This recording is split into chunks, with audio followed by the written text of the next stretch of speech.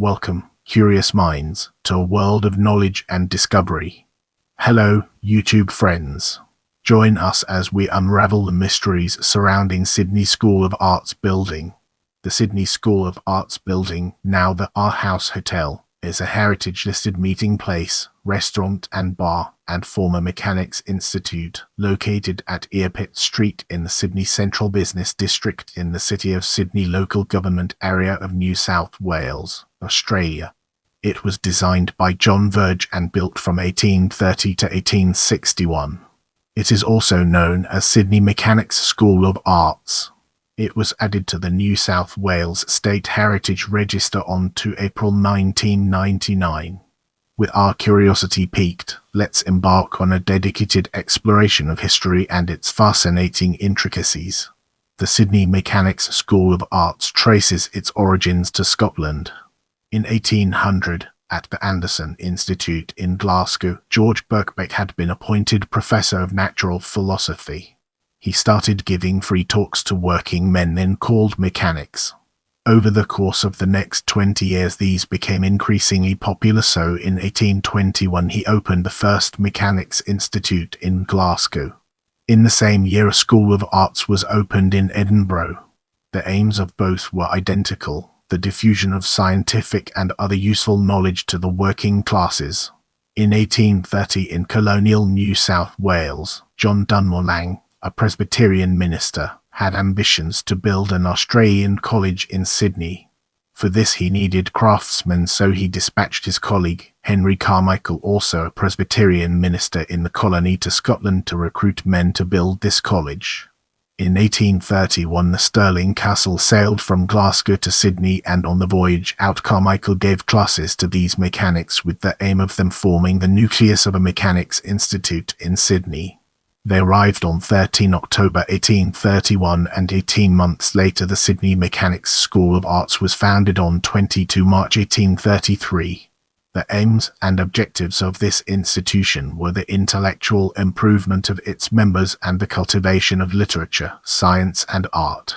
In the years that followed, classes and courses in the entire range of liberal arts and sciences were held for both men and women, and the SMSA flourished for many years.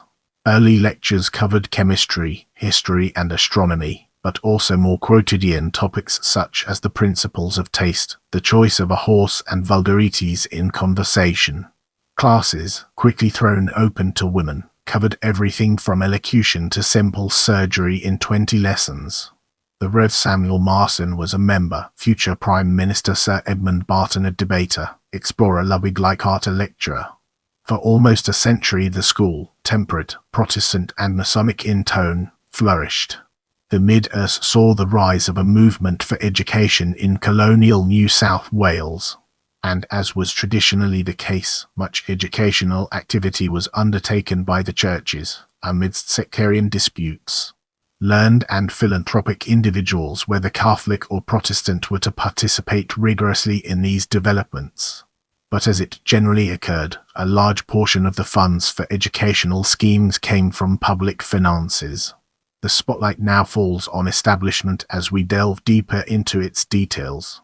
The inauguration of the Sydney Mechanics School of Arts SMSA took place over March and April 1833.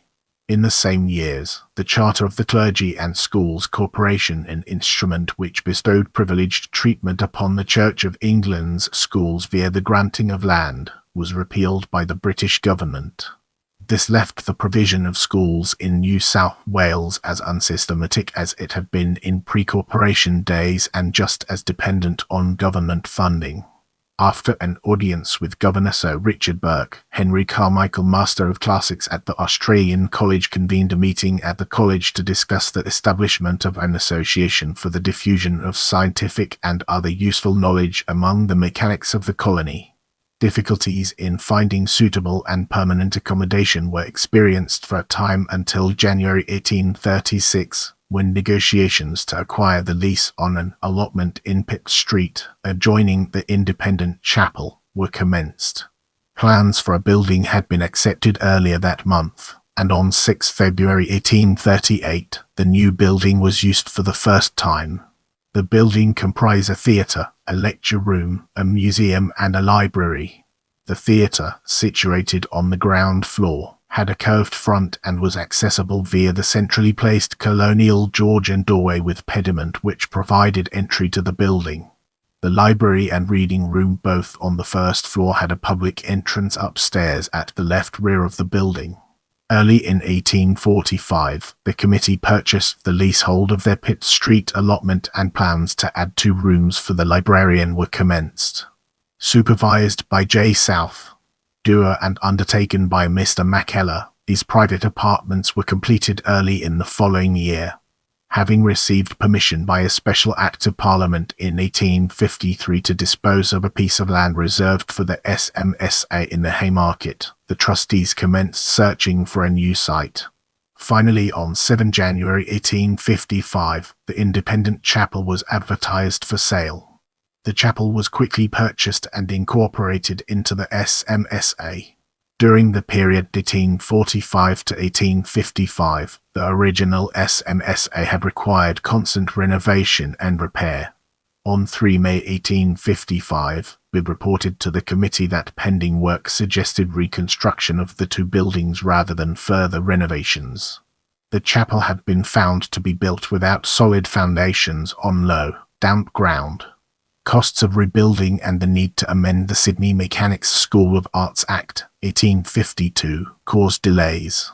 In the interim, the old theatre was converted to a reading room while an opening was created to allow access to the chapel, which was then used as a new lecture theatre.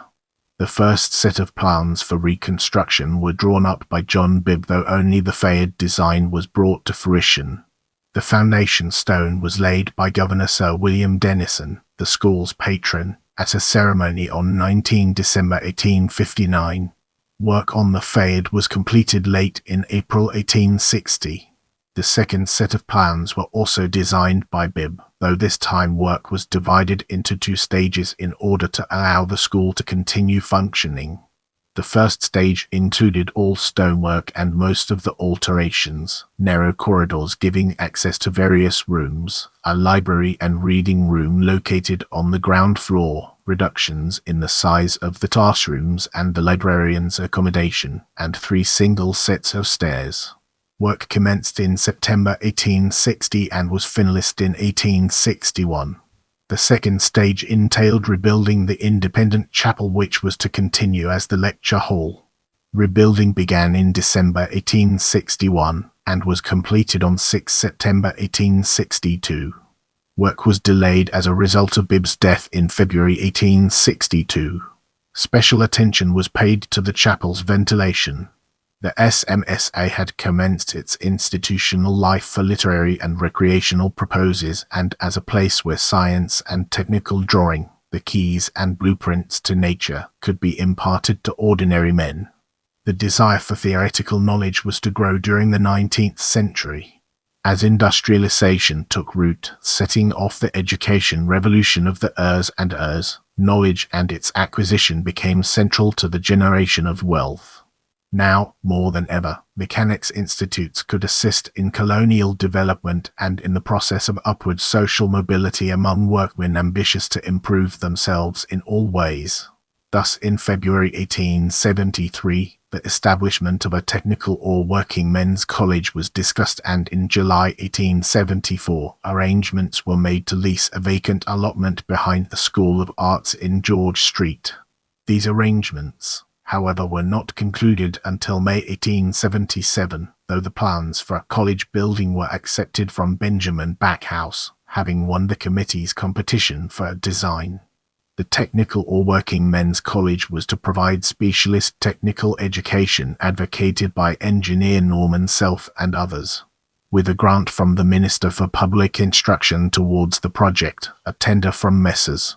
Kreber and Roberts was accepted on 30 July 1877. Stage 1 of the work was completed in October 1878. Stage 2 was finished in March of the following year.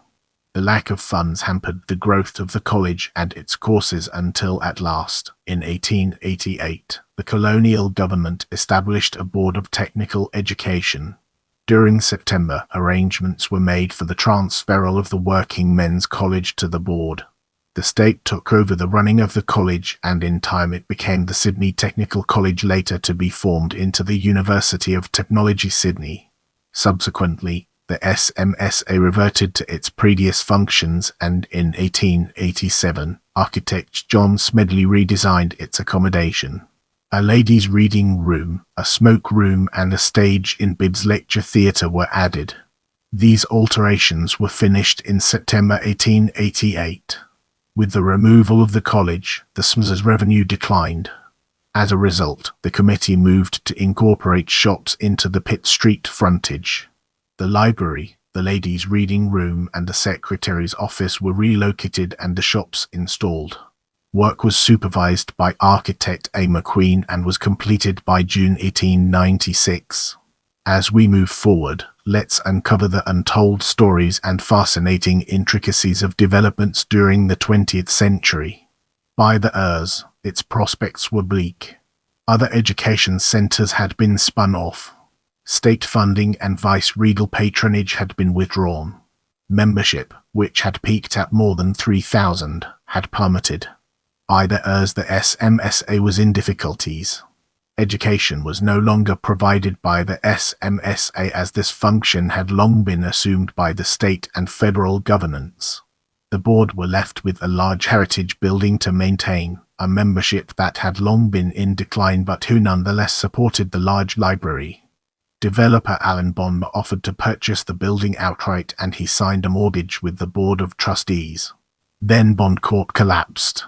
In 1992, a Japanese consortium bought out the mortgage, and with the now substantial funds, the board purchased 280 Pitt Street, an 11-story office block from 1925 from the Uniting Church, refurbished it as a new home for the SMSA, which occupies 3 floors, and created offices and retail spaces on other floors. Today, the School of Arts building has been restored as the Arthouse Hotel. Get ready for an enlightening exploration as we dig into description and understand its role in the broader context. A 2-story sandstone fayard. The ground floor has been drastically altered. The fayard is an example of restrained classicism in the Palladian style and is typical of late Georgian sandstone elevations now rare in Sydney. With our foundation established, it's time to explore condition and its relevance to our overarching theme. As at 26 August 1997, the physical condition of the building was good. Let's now turn our gaze towards modifications and dates and explore the fascinating connections it has to offer.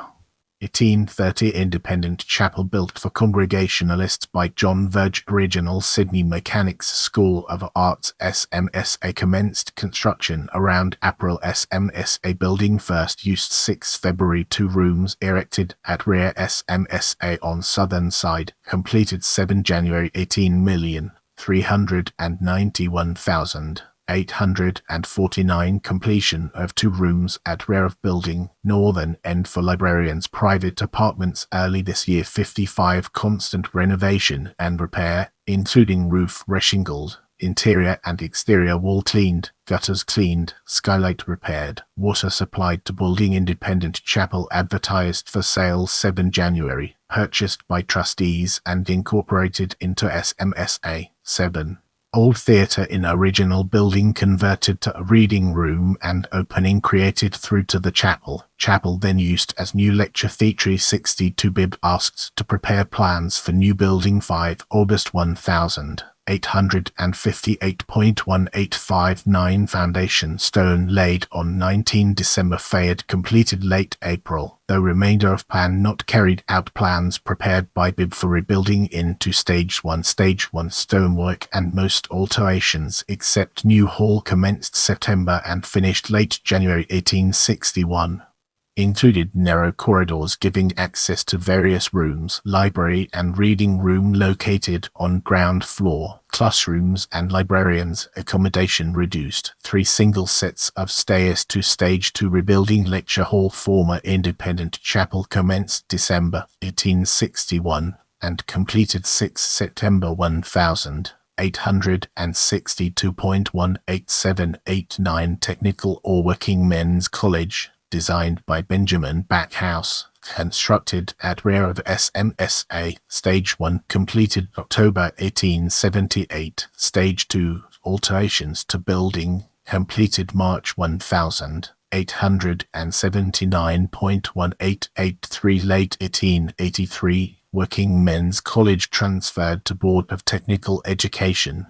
SMSA reverted to a place of literary and recreational pursuits. 8. John Smedley engaged to redesign SMSA accommodation in 1887. Alterations also included provision of a ladies' reading room, smoke room, and the addition of a stage in Bibbs Lecture Theatre. Alterations completed September 1888.1896. Shops incorporated into Pitt Street. Front architect A. McQueen. Also included relocation of library, ladies' reading room, and secretary's office. Completed June 1896. Moving forward, we'll be taking a closer look at heritage listing. As at 20 October 2004, the School of Arts building is an important link in the history of Sydney's cultural growth.